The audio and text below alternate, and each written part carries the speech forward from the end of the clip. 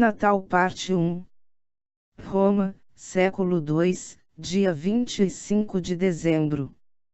A população está em festa, em homenagem ao nascimento daquele que veio para trazer benevolência, sabedoria e solidariedade aos homens. Cultos religiosos celebram o ícone, nessa que é a data mais sagrada do ano. Enquanto isso, as famílias apreciam os presentes trocados dias antes e se recuperam de uma longa comilança. Mas não. Essa comemoração não é o Natal. Trata-se de uma homenagem à data de nascimento do deus persa Mitra, que representa a luz e, ao longo do século II, tornou-se uma das divindades mais respeitadas entre os romanos. Qualquer semelhança com o feriado cristão, no entanto, não é mera coincidência. A história do Natal começa, na verdade, pelo menos 7.000 anos antes do nascimento de Jesus. É tão antiga quanto a civilização e tem um motivo bem prático: celebrar o solstício de inverno, a noite mais longa do ano no hemisfério norte, que acontece no final de dezembro. Dessa madrugada em diante, o sol fica cada vez mais tempo no céu, até o auge do verão. É o ponto de virada das trevas para a luz, o renascimento do sol. Num tempo em que o homem deixava de ser um caçador errante e começava a dominar a agricultura, a volta dos dias mais longos significava a certeza de colheitas no ano seguinte. E então era só festa. Na Mesopotâmia, a celebração durava 12 dias. Já os gregos aproveitavam o solstício para cultuar Dionísio, o deus do vinho e da vida mansa, enquanto os egípcios relembravam a passagem do deus Osíris para o mundo dos mortos. Na China, as homenagens eram, e ainda são, para o símbolo do Yin e Yang, que representa a harmonia da natureza. Até povos antigos da Grã-Bretanha, mais primitivos que seus contemporâneos do Oriente, comemoravam. O Forrobodó era em volta de Stonehenge, monumento que começou a ser erguido em 3100 a.C. para marcar a trajetória do Sol ao longo do ano. A comemoração em Roma, então, era só mais um reflexo de tudo isso. Cultuar Mitra, o deus da luz, no 25 de dezembro era nada mais do que festejar o velho solstício de inverno pelo calendário atual, diferente daquele dos romanos. O fenômeno na verdade acontece no dia 20 ou 21, dependendo do ano.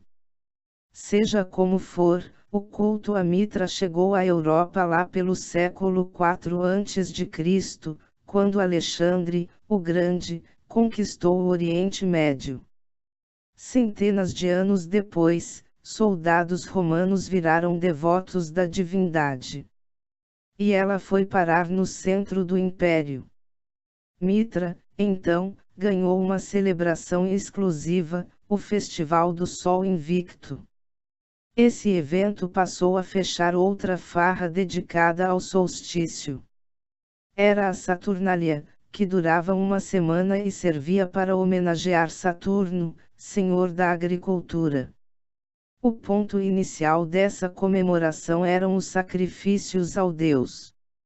Enquanto isso, dentro das casas, todos se felicitavam, comiam e trocavam presentes, dizem os historiadores Mary Beard e John North no livro Religions of Rome, Religiões de Roma, sem tradução para o português. Os mais animados se entregavam a orgias, mas isso os romanos faziam o tempo todo. Bom, enquanto isso, uma religião nânica que não dava bola para essas coisas crescia em Roma, o cristianismo. Solstício cristão. As datas religiosas mais importantes para os primeiros seguidores de Jesus só tinham a ver com o martírio dele, a Sexta-feira Santa, crucificação, e a Páscoa, ressurreição. O costume, afinal, era lembrar apenas a morte de personagens importantes. Líderes da igreja achavam que não fazia sentido comemorar o nascimento de um santo ou de um mártir, já que ele só se torna uma coisa ou outra depois de morrer. Sem falar que ninguém fazia ideia da data em que Cristo veio ao mundo. O Novo Testamento não diz nada a respeito. Só que tinha uma coisa: os fiéis de Roma queriam arranjar algo para fazer frente às comemorações pelo solstício. E colocar uma celebração cristã bem nessa época viria a calhar principalmente para os chefes da igreja, que teriam mais facilidade em amealhar novos fiéis.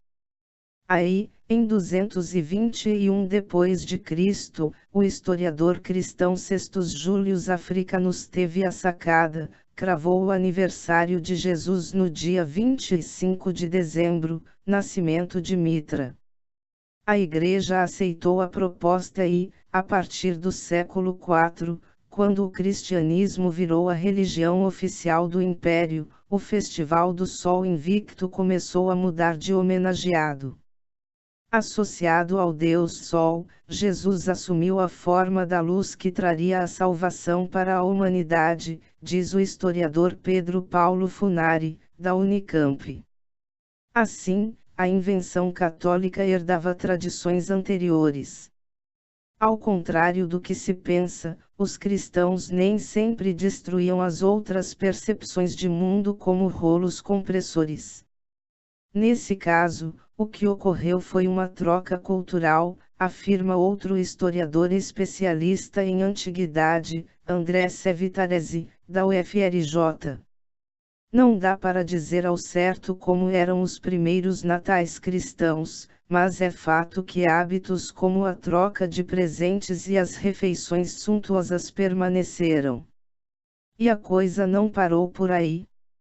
Ao longo da Idade Média, enquanto missionários espalhavam o cristianismo pela Europa, costumes de outros povos foram entrando para a tradição natalina.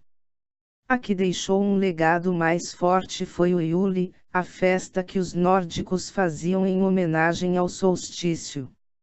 O presunto da ceia, a decoração toda colorida das casas e a árvore de Natal vem de lá. Só isso. Outra contribuição do norte foi a ideia de um ser sobrenatural que dá presentes para as criancinhas durante o Yule. Em algumas tradições escandinavas, era, e ainda é, um gnomo quem cumpre esse papel.